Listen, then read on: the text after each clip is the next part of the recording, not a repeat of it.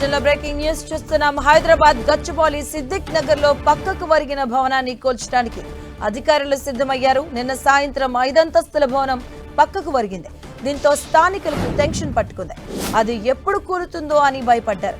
అయితే ఈ ఉదయమే అధికారులు భవనాన్ని కూల్చివేయడానికి సిద్ధమయ్యారు. హైడ్రాలిక యంత్రాలను సిద్ధం చేశారు. సమీపంలో నివాసం ఉంటున్న వారిని ఖాళీ చేయించారు. కాసేపట్లోనే కూల్చివేత పనులు ప్రారంభించనున్నారు అధికారులు. పక్కకు వరిగిన ఆ భవనం పక్కనే మరో బిల్డింగ్ నిర్మాణ పనులు కూడా జరుగుతున్నాయి. సెల్లార్ కోసం తవ్విన గుంత కారణంగా ఆ భవనం పిల్లర్లు కుంగడంతో పక్కకు వరిగిందని స్థానికులు చెబుతున్నారు. సమాచారం తెలుసుకున్న జీహెచ్ఎంసీ హైడ్రా అధికారులు రంగంలోకి దిగారు. డిఆర్ఎఫ్ బృందాలు కూడా ఘటనా స్థలానికి చేరుకున్నాయి.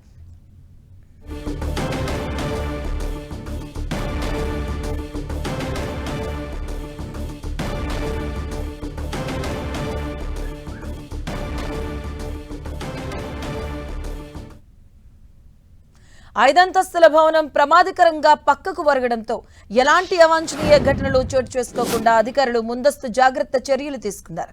ఇందులో భాగంగా ఆ భవనంలో నివసిస్తున్న 12 కుటుంబాలతో పాటు ఆ పక్కన ఉన్న మరో 8 కుటుంబాలను కూడా ఖాళీ చేయించారు. వారందరినీ సమీపంలోని ప్రభుత్వ కమ్యూనిటీ హాల్కు తరలించారు. అసలు బిల్డింగ్ ఎందుకు పక్కకు వరిగింది? నిజంగానే పక్కకు నిర్మాణం కోసం గుంతలు తీయడం వల్లే ఈ ప్రమాదం జరిగిందా? లేదు అంటే నాణ్యతా ప్రమాణాలు లేకుండా 5 అంతస్తుల భవనం నిర్మించినందుకే ఇలా వరిగిందా? లేదు అంటే తక్కువ విస్తీర్ణంలో ఎక్కువ అంతస్తులు నిర్మించినందుకు ఇలా జరిగిందా? లేదా సరైన పునాది పిల్లలు వేయకపోవడం లాంటిది ఏమైనా ఉందా అన్నది అధికారులు ఇంకా తేల్చాల్సిందే. అయితే ఇప్పటికే కొంతమేర కుంగిన ఈ భవనం మరింత కుంగే అవకాశం ఉందని అధికారులు భావిస్తున్నారు. దీంతో ఈ భవనాన్ని కూల్చివేయాలని భావిస్తున్నారు అధికారులు. ఇవాళ ఇంజనీరింగ్ అధికారులు ఈ భవనాన్ని పరిశీలించబోతున్నారు. భవనం కూల్చివేతకైతే అధికారులు సిద్ధమయ్యారు.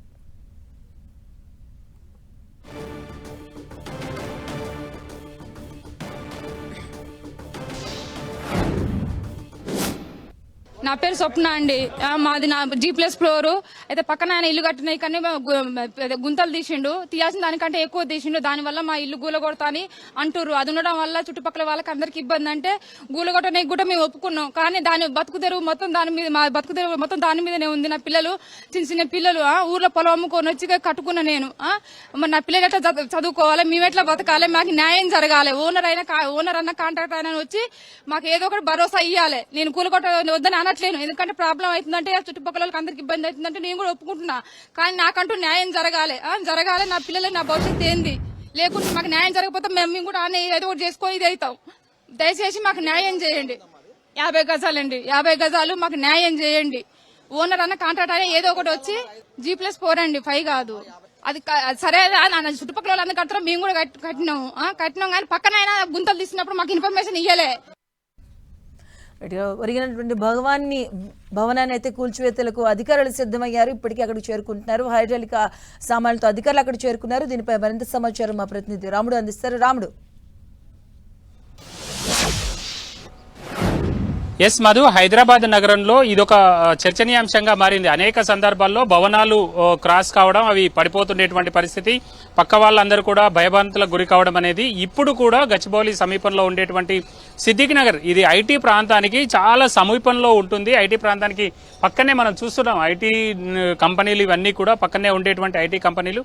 దీని పక్కనే ఉండేటువంటి అంజయ్య నగర్ కానీ సిద్దిక్ నగర్ కానీ గతంలో ప్రభుత్వం వీళ్ళకు పట్టాలు ఇచ్చినట్టుగా చెబుతున్నారు. ఇందులోనే ఇక్కడ ఉండేటువంటి చిన్న చిన్న స్థలాల్లోనే 50 గజాలు 60 గజాలు కొందరు 2 ప్లాట్లను కొనుగోలు చేసినటువంటి సందర్భంలో అది 100 గజాలు ఉండేటువంటి భూముల వద్ద వీటన్నింటినీ కూడా నిర్మించుకున్నారు. మనం చూడొచ్చు, మనం చూస్తున్నాం హైడ్రాలిక్ మిషన్ GHMC, అదేవిధంగా హైడ్రా ఇప్పటికే ఇలాంటి యంత్రాలను గతంలో కూడా వినియోగించినటువంటి అనుభవం ఉంది.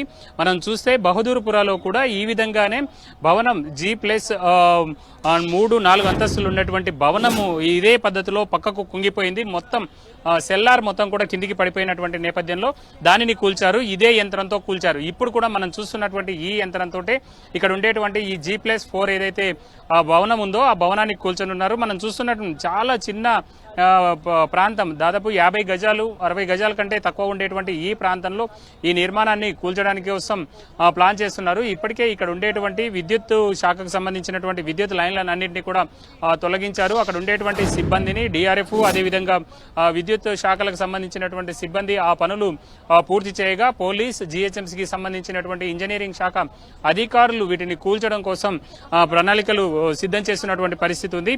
అయితే ఇప్పటికే దీనిని పరిశీలించారు. ఇంజనీరింగ్ అధికారులు పరిశీలించి ఇది సేఫ్ కాదని వాళ్ళు ప్రైమరీగా నివేదిక ఇవ్వడంతో దాన్ని అయితే కూల్చేటువంటి ప్రయత్నం చేస్తున్నారు. మనం స్థానికులు అదేవిధంగా పక్కన బిల్డింగ్ కు సంబంధించినటువంటి యజమానురాలు మాట్లాడుతూ కూడా చెప్పారు. పక్కన ఉండేటువంటి వాళ్ళు మనం చూడొచ్చు, పక్కనే ఒక రేకుల షెడ్ ఉంది. ఆ రేకుల షెడ్ నుంచి అది ఏ విధంగా ఇక్కడ ఉండేటువంటి పిల్లర్ ఏ విధంగా పైకి లేచి అటు సైడ్ వంగింది అనేది మనకు క్లియర్ గా కనబడుతుంది.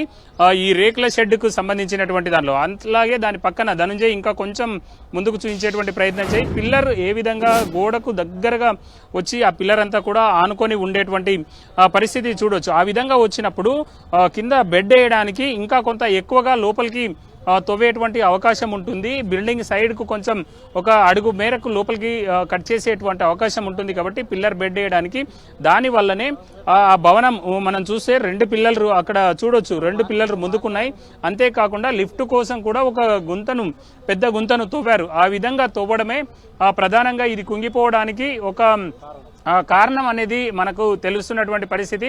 అయితే అక్కడ ఉండేటువంటి దారులు కూడా చాలా చిన్న దారులు, 10 ఫీట్లు 5 ఫీట్లు మాత్రమే దారులు ఉన్నాయి. ఒకవేళ అది కూలితే ఆ పక్కన ఎదురుగా ఒక నిర్మాణం ఉంది, అదేవిధంగా పక్కనే ఇంకొక నిర్మాణం కన్స్ట్రక్షన్ అవుతున్నటువంటి నిర్మాణం ఉంది. దాని పక్కన ఒక చిన్న రేకుల ఇల్లు కూడా ఉండేటువంటి పరిస్థితి ఉంది. ఇవి అన్నింటిపైన ఇబ్బంది పడేటువంటి అవకాశం ఉంది.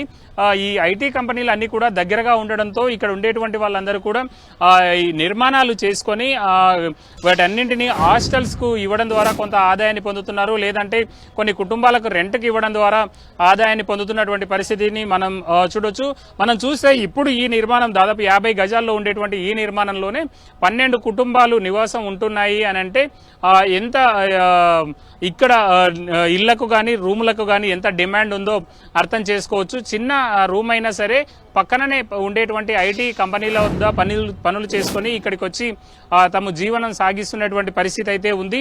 అంతేకాకుండా ఇక్కడ ఉండేటువంటి వాళ్ళందరూ కూడా చిన్న వ్యాపారాలు చేసుకుంటున్నటువంటి పరిస్థితి. ఐటీ కంపెనీల చుట్టూ హోటల్స్ కానీ లేదంటే ఇతర వ్యాపారాలు కానీ ఈ ఐటీ కంపెనీల్లో పనులు చేయడం కానీ ఈ విధమైనటువంటి పనులు చేస్తూ వీళ్ళందరూ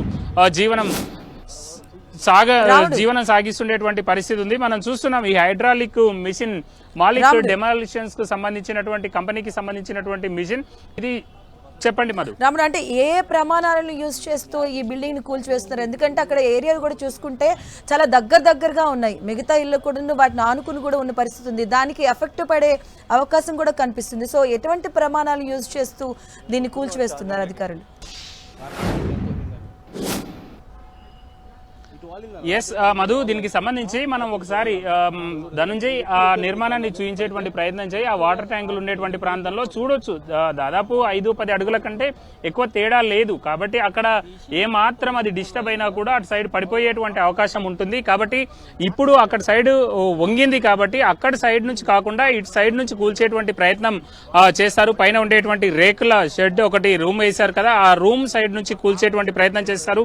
ఈ హైడ్రాలిక్ మిషన్ నడిపేటువంటి ఆపరేటర్ చాలా చాకచక్యంగా వ్యవహరిస్తాడు. గతంలో కూడా మనం చూసాం సికింద్రాబాద్ లో ఒక భవనం తగలబడి మొత్తం డెక్కన్ మాల్ తగలబడి అన్నప్పుడు కూడా దాన్ని చుట్టుముట్టు అది ఎల్ షేప్ లో ఉంటుంది. పక్కన భవనాలు ఉన్నాయి, వెనక సైడ్ లో భవనాలు ఉన్నాయి. కాబట్టి వాటిపైన పడకుండా భవనం అంతా కూడా చాలా దాన్ని క్రష్ చేస్తారు. ఎక్కడికక్కడ పూర్తి స్థాయిలో ఒక్కొక్క ఫ్లోర్ ను అదే విధంగా పైనుంచి పిల్లలను క్రష్ చేస్తూ అక్కడికక్కడ దాన్ని బిస్కెట్ చించినట్టుగా దాన్ని అక్కడికక్కడ క్రష్ చేస్తూ దాన్ని పైనుంచి మెల్లమెల్లగా కిందికి తీసుకొని వస్తారు. దాని ద్వారా నిర్మాణం కూలిపోకుండా ఒక సైడ్ పడకుండా అవసరమైనటువంటి జాగ్రత్తలు అయితే వీళ్ళు తీసుకునేటువంటి అవకాశం ఉంది. మనం చూస్తే ఆ మిషన్ ఒకసారి చూస్తే మనం చూడొచ్చు కింది భాగంలో ఉండేటువంటి ఆ మిషన్ ఏ విధంగా ఉంటుందనేది. అది చూస్తే అది ఒకసారి ఆ గోడలను కానీ అదేవిధంగా స్లాబ్ను కానీ దాంతోపాటు పిల్లలను పూర్తి స్థాయిలో మెల్లమెల్లగా పూర్తిగా క్రష్ చేస్తూ ఒక్కొక్క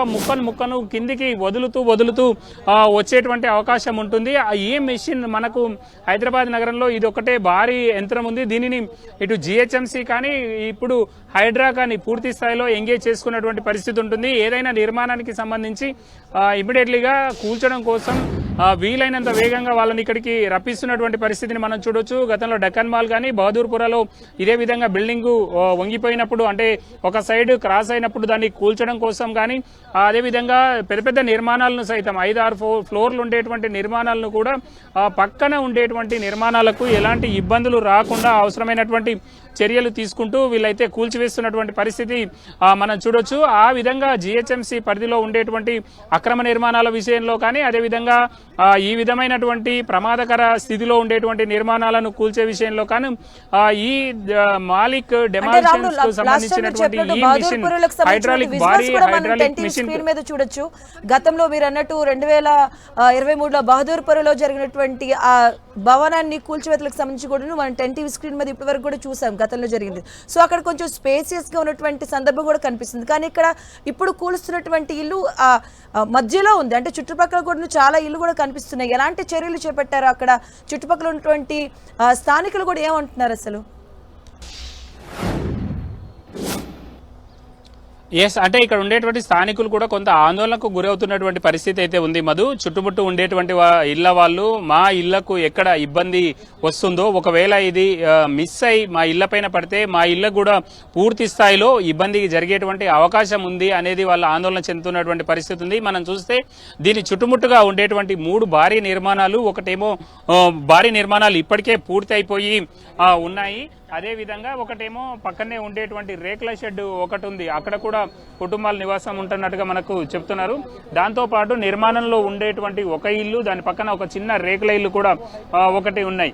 దాదాపు మొత్తం మనం చూసుకుంటే 6 ఇళ్ళు ఈ విధంగా ఉన్నాయి. అది ఏమాత్రం డిస్టర్బ్ అయినా కూడా ఈ 6 ఇళ్లలో ఎటో ఒక సైడ్ పడిపోయేటువంటి అవకాశం ఉంటుంది. కాబట్టి ఇటు సైడ్ పడితే మాత్రం 2 ఇళ్లకు ఇబ్బంది జరిగేటువంటి అవకాశం ఉంది. బ్యాక్ సైడ్ పడితే ఆ చిన్న రేకుల ఇల్లుకు, లేదంటే అటు ఫ్రంట్ సైడ్ పడితే మాత్రం 3 ఇళ్లకు ప్రమాదం జరిగేటువంటి అవకాశం ఉంది. కాబట్టి ఆ స్థానికులంతా కూడా కొంత ఆందోళనకు గురవుతున్నటువంటి పరిస్థితి అయితే ఉంది. అలాంటి ఇబ్బందులు రాకుండానే జిహెచ్ఎంసీ అధికారులు అయితే కొంత చర్యలు తీసుకుంటున్నారు. ఇక్కడ ఉండేటువంటి ఆపరేటర్ పూర్తి స్థాయిలో అక్కడ ఉండేటువంటి పరిస్థితిని అంతా కూడా పక్కకు పడగకుండా, భవనం ఏ మాత్రం పక్కకు జరగకుండా అవసరమైనటువంటి జాగ్రత్తలు, అంటే అది ఉన్నట్టుగా కిందికి కూలిపోయే విధంగానే చర్యలు తీసుకునేటువంటి అవకాశం ఉంది ఆపరేటర్. కానీ ఏమాత్రం మిస్టేక్ అయినా కూడా అది పక్కన ఉండేటువంటి నిర్మాణాలపైన పడేటువంటి అవకాశం ఉంది. కాబట్టి కొంత టైం ఇచ్చి, ఆయనకు ఆపరేటర్ కు కొంత టైం ఇచ్చి చాలా జాగ్రత్తగా చేయాలని ఇప్పటికే అధికారులు సూచనలు అయితే చేశారు. కానీ ఏమాత్రం మిస్టేక్ అయినా కూడా నిర్మాణం, ఇప్పుడు ఉండేటువంటి నిర్మాణం పక్క వాటిపైకి ఒరిగితే మాత్రం వాటికి కూడా ప్రమాదం వాటిల్లేటువంటి అవకాశం ఉంది మధు. అందుకు తగ్గట్టుగానే అలాంటి ఇబ్బందులు రాకుండా ఉండే విధంగానే జిహెచ్ఎంసీ అధికారులు, ఇంజనీరింగ్ అధికారులు, అదేవిధంగా ఈ మిషన్ మాలిక్ కంపెనీకి సంబంధించినటువంటి ప్రతినిధులు అయితే ప్రణాళికలు సిద్ధం చేసి దానిలో అమలు చేసేటువంటి అవకాశం ఉంది. ఓకే, థ్యాంక్ యూ రాముడు.